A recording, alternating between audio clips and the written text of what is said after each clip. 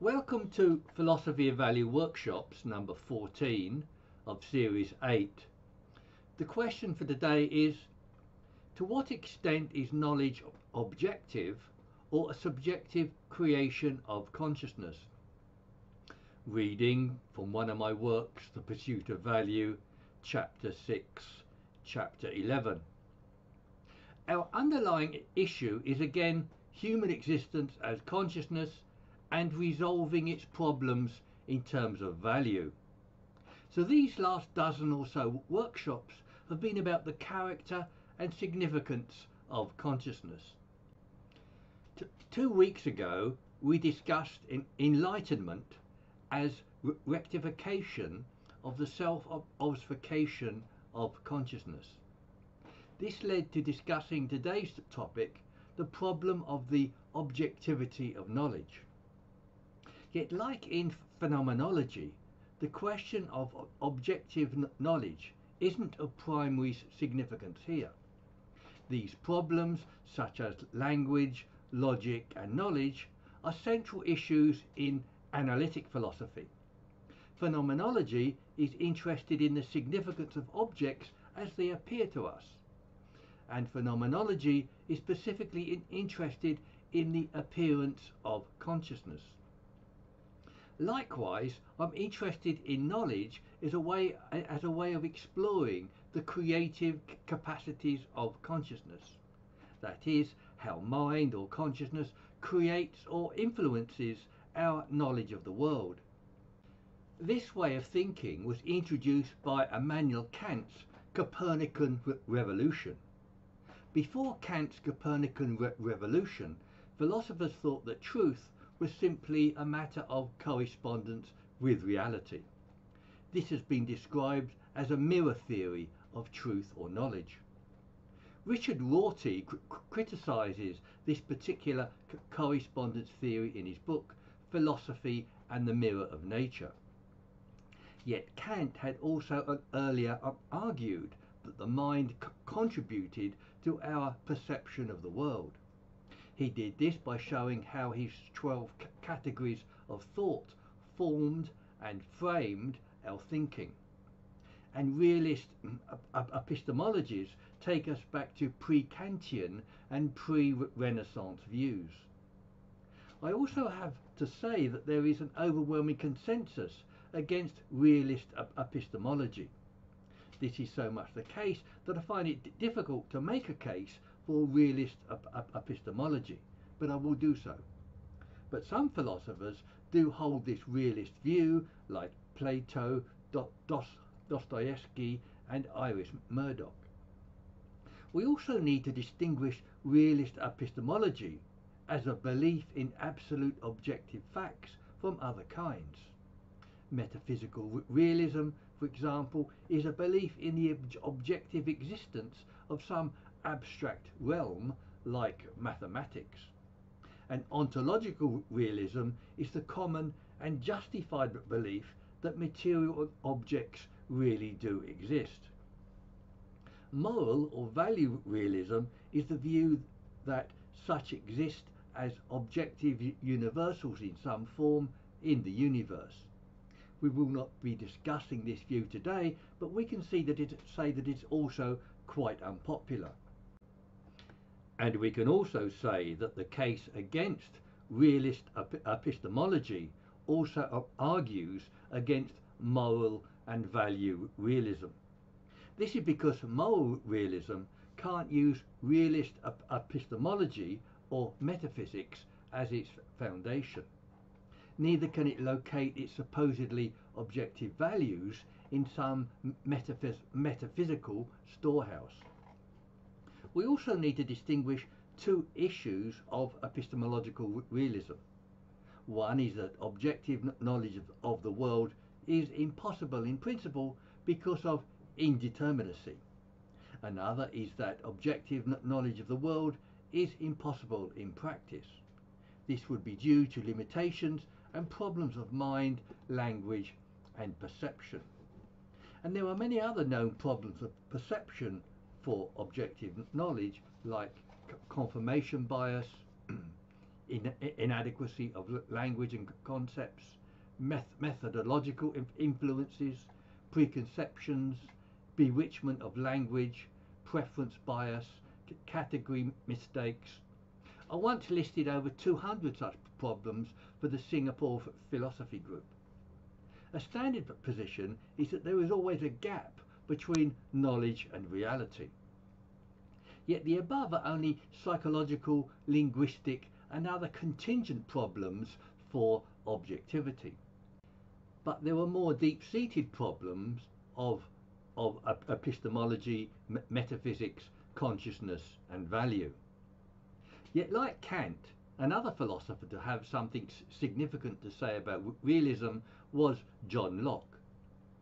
Locke's contribution to the question was to distinguish primary and secondary qualities of the world. Secondary qualities are produced by us, like colours, sounds and tastes. Primary qualities are independent of us and are solidity, extension, figure and mobility and number. On Locke's account, the existence of primary qualities might support the idea of objective properties of the world. But even primary qualities can be construed as products of subjective or anthropocentric categories. Solidity, for example, is challenged by a modern conception of matter as interacting particles or energy. Spatial extension and motion are further subject to relativity theory in space and time, and number can be questioned by anthropocentric theories of mathematics. But secondary qualities like colour provide a more direct challenge to epistemological realism. That is, on the inverted spectrum hypothesis posed by Locke and others, people see colours arrayed differently. Moreover, psychological studies show that different creatures had different colour perceptions.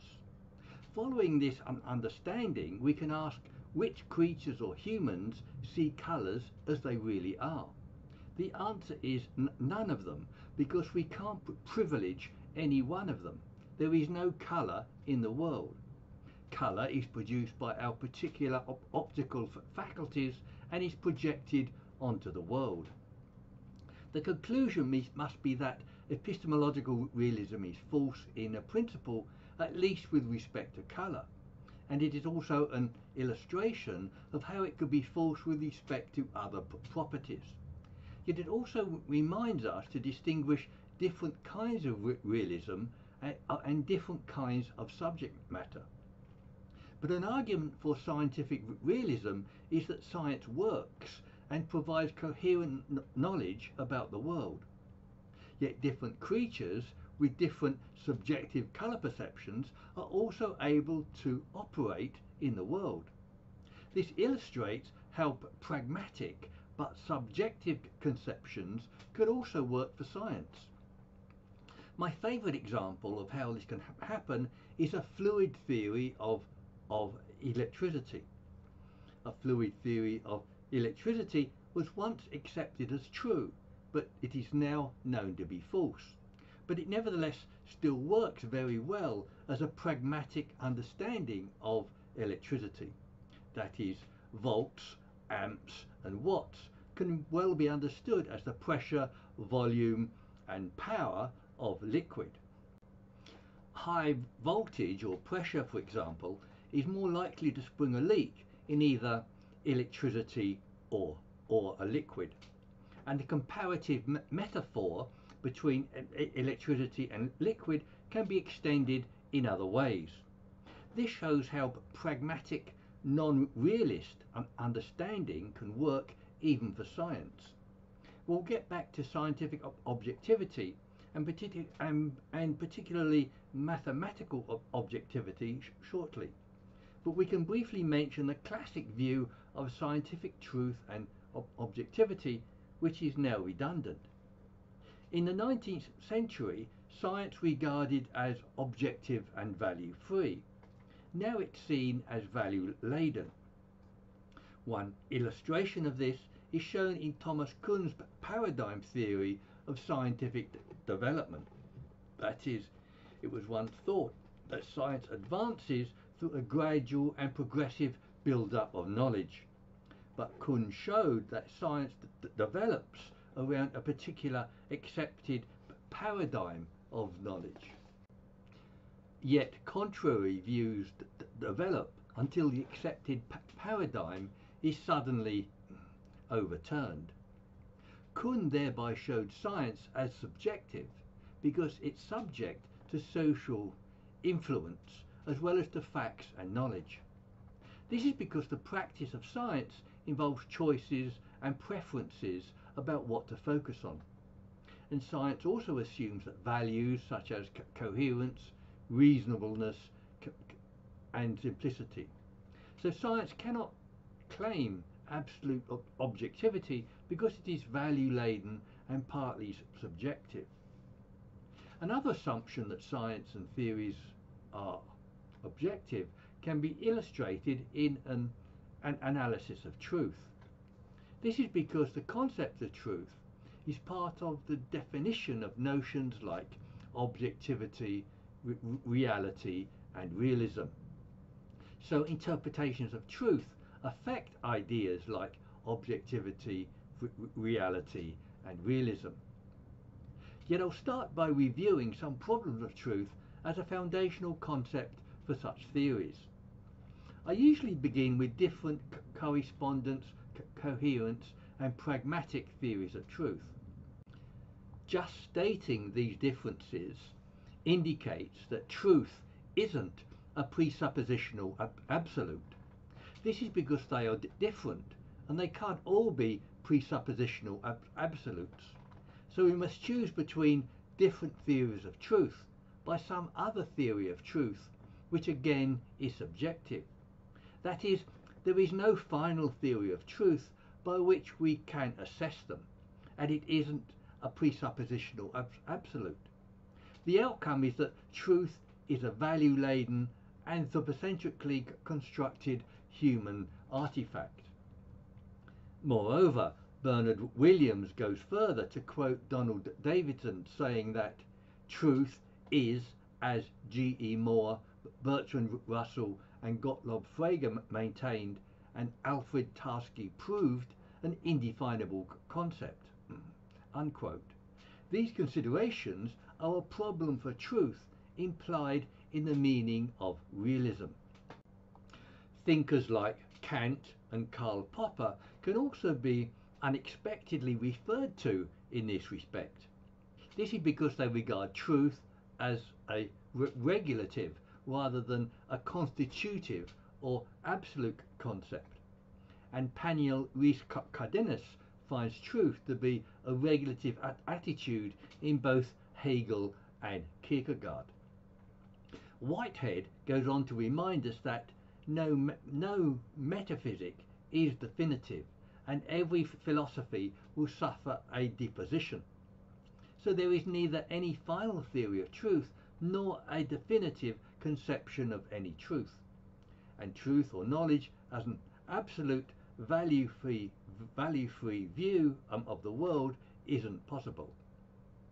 John McDowell, Thomas Nagel, and Bernard Williams also reject any absolute or value-free conception of the world.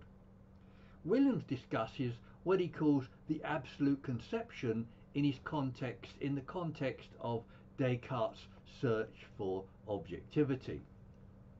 But Williams concludes his book with the certainty that the absolute conception must fail. In his book, The View from Nowhere, Nagel discusses the relation between objective and subjective perspectives. He confirms the subjective, particularly of the human viewpoint, as well as an ability to step back from it. But an ability to keep stepping back precludes the possibility of an absolute objectivity. That is, any claim for an objective point of view can be superseded by another point of view. Absolute objectivity must include all other perspectives as a view from everywhere. But a view from everywhere is an impossible view from nowhere. But as in the pragmatic view earlier, the notion of truth still functions well as a regulative attitude.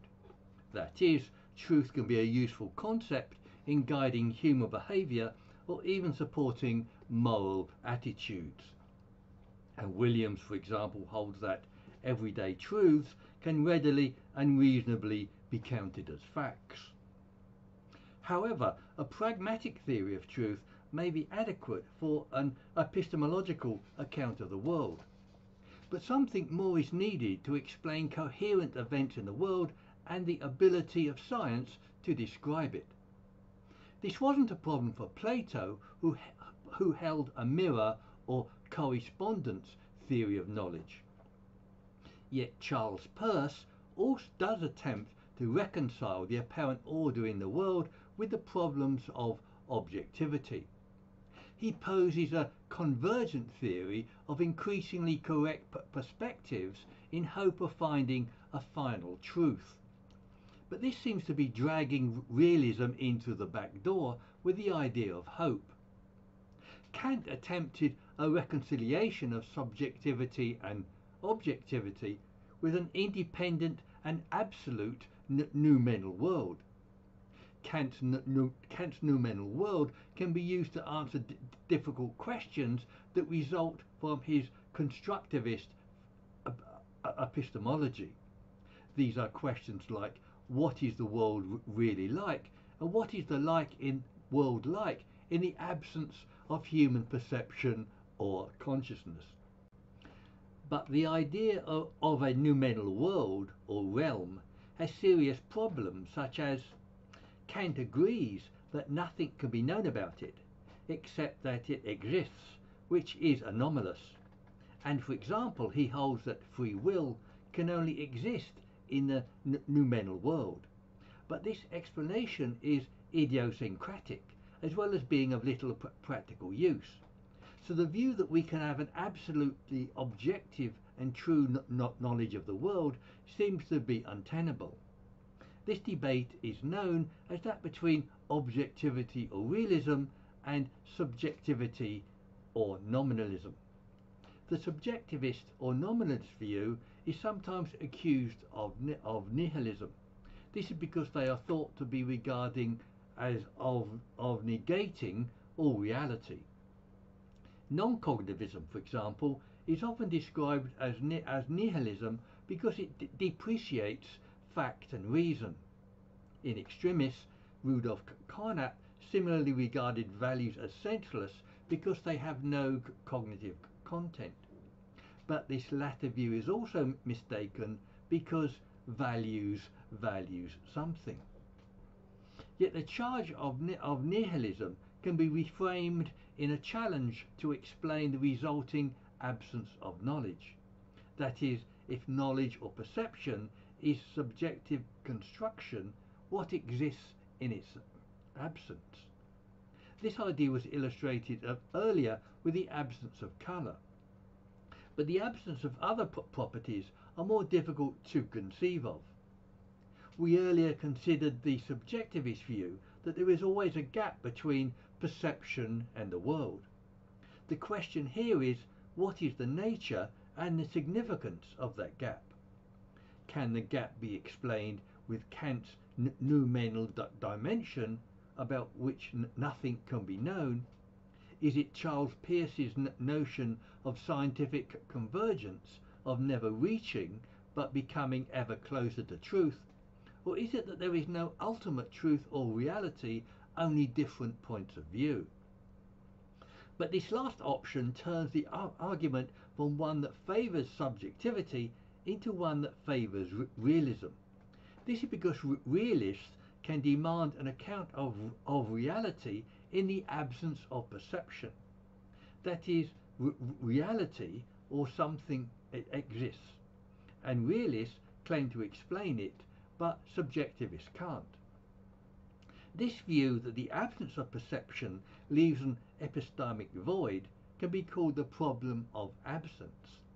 That is, the knowledge gap is just not a gap, but might be an epistemic void or nothingness. In this respect, we have previously discussed the problem of apprehending consciousness. I have noted that apprehending the absence of consciousness is even more difficult, and that it is the beginning of the kind of explanation that I want to present. Yet we can also have a number of examples of absence that illustrate the difficulty of explication.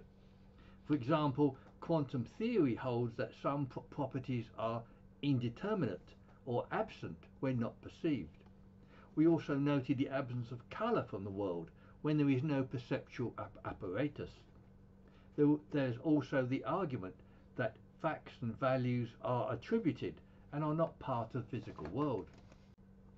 And we can also note the view that time and space were absent before the universe existed. The concept of absence is also implied in the significance that Hegel gives to non-being in relation to being. Sartre also speaks of absence as the nothingness between consciousness and physical being. Slavoj Žižek makes the point by joking about preferring coffee without milk or without cream. The point is that there are different kinds of absence, and that these absences are significant.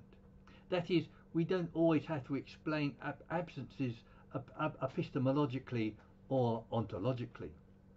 That is, knowledge gaps are sometimes not just gaps, but absences or factual voids of what is thought to exist. I previously made this point in the non-existence of information without consciousness. John Searle makes the same point with reference to our conception of the processes within a computer. He writes that its operations can be specified purely formally, and that the symbols have no meaning. They have to be specified purely in terms of their formal or syntactical structure. The indeterminacy produced by quantum theory poses another kind of absence, an absence of definitive fact. Some scientists don't want to accept quantum theory because of the indeterminacy underlying the physical world.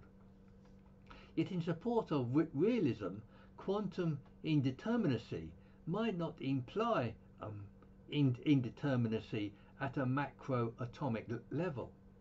The periodic table of elements and the coherence of physics testifies to order at a macro-atomic level, and different levels of physicality and different kinds of organization have different properties. For example, quantum mechanics, atomic relations, chemistry, the biological and the mental. Yet the indeterminacy of quantum theory, colour and others offer metaphors to explain the problem of absence. Colour is the most manifest and ephemeral property in the world. Quantum indeterminacy is the most obscure and most fundamental property of the world. Yet indeterminacy in all these properties show how there need not be an objective reality underlying perception. There is no underlying colour in the world.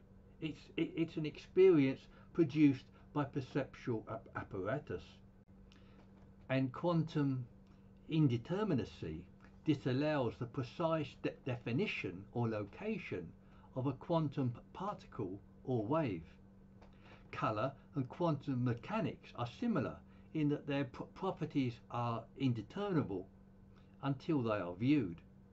I propose this syndrome as a solution to the general problem of the indeterminacy of objective knowledge. Other aspects of knowledge can also be argued to be indeterminate, for example, mathematics. But before discussing mathematics, I want to look at quasi-realism. Quasi-realism is a view presented by Simon Blackburn that offers another approach to the problems of realism. Quasi-realism is a form of anti-realism that works to construct an objective fabric for the world.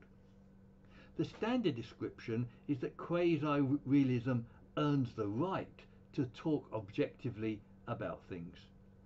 This view can be compared to others and described differently in a way that I prefer.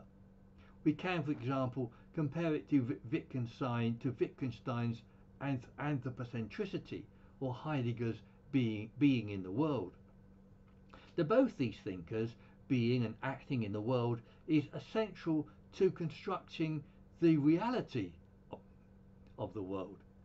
In this way, reality and objectivity is earned or constructed by acting in the world. This is similar, but is a different interpretation of Blackburn's quasi-realism. Such different interpretations are required due to certain problems of Blackburn's quasi-realism. For example, quasi-realism could adopt any anti-realist perspective involving contradictory quasi-realisms, and the possibility of contradiction would nullify the advantages of quasi-realism. These and other problems bring me to offer quasi-objectivism as a replacement to quasi-realism. That is, Wittgenstein, Heidegger and Blackburn posit objectivity by bringing something to the world. And we can argue that something that is brought to the world is consciousness, and that there is a quasi-objectivity here constructed within the bounds of consciousness. My argument is, of course, about the normative structures of consciousness, and I want to do this below in the hardest science of mathematics. One question is, does mathematics exist in some world or other, or is it an invention or creation of our minds?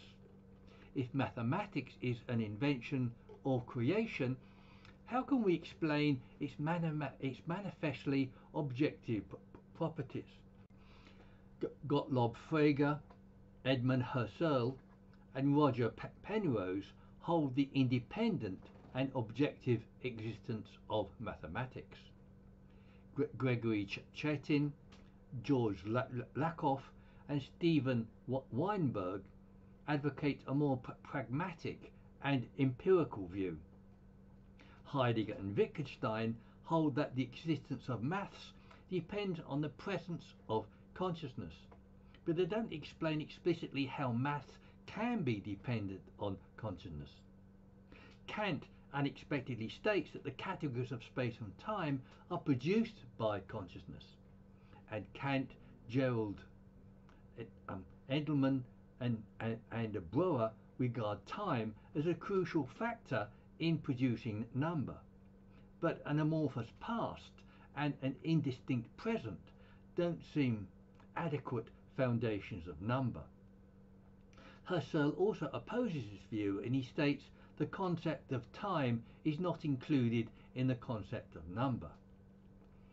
In my view, a subjective foundation for mathematics can be established with the structures of consciousness. Like Kant and others, I believe that structures of consciousness determine aspects of our perception. For example, contrast is necessary for perception, without which nothing can be distinguished or perceived. I further hold that the structure of divisibility is necessarily a part of many experiences of consciousness. For example, between self and non-self, split minds, split brains, perceptual contrast, and now mathematics. Divisibility is a foundational structure of consciousness that is necessary to our perception of the world. Without divisibility, we can't be conscious, we can't recognize the world or make distinctions in the world. Yet Frank Ramsey and others regard mathematics as the most basic and general way of apprehending the world.